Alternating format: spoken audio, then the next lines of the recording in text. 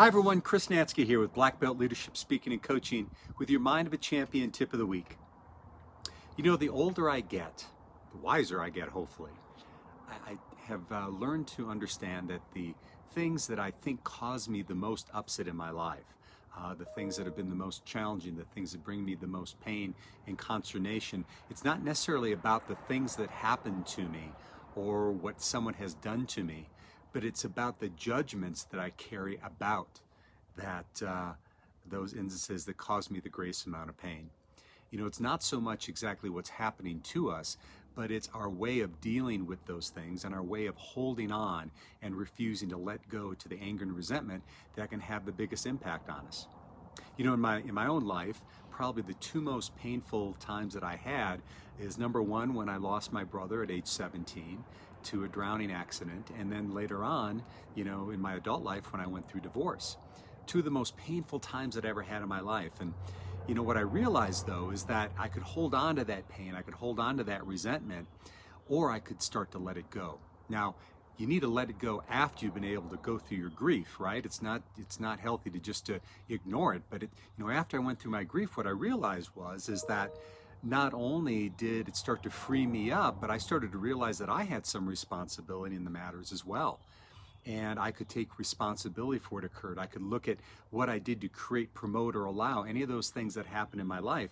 And when I did that, I could look back at those times in my life as some of the most profound times that I had.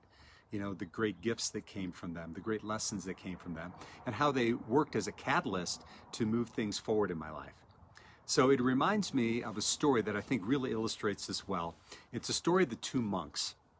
Now, there's an order of monks that lives high up in the mountains, and every 5 years, these two monks get to take a trek down the mountain into the city to get supplies and interact with the people.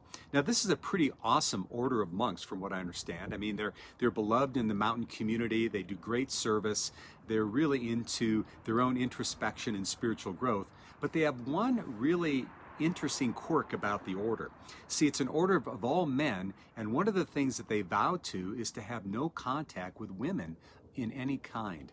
They can't look at a woman, they can't speak to a woman, and for God's sake, they can't touch a woman. So these two monks are making their way down the majestic mountain, and they're starting to get toward the city, and they come upon a river. Now, the snows have been heavy that winter, and so now in the spring runoff, the river is flowing quite high.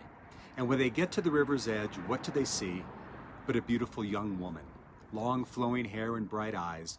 But she's standing at the edge of the riverbank in absolute fear because the river is moving so fast, the water is so high, she can't get herself to walk into the water and move across the river. Well, the first monk sees this, and he thinks about his options, and then he gently walks up to the woman and begins to speak to her. The next thing you know, he has placed the woman over his shoulders, and he's now walking across through the water with the woman on his back and shoulders. When he gets to the river's edge, he comes onto the shore, he sets her down, and she is so happy, she's so grateful of him helping her that she literally wraps her arms around him and gives him a big kiss on his cheek. The two, you know, now share some pleasantries afterwards, and then they go on their separate ways. Well, the second monk has seen all of this, and he can't believe what he's seen.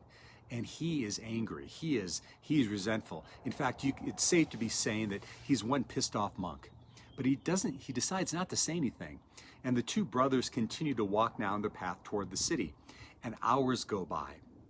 And the second monk just continues to steam and continues to ruminate about his brother. And then finally, after several hours, he can't take it anymore. And he blurts out and he goes, "Brother, how dare you? How dare you touch that woman? How dare you carry her on your back? You violated every aspect of our order.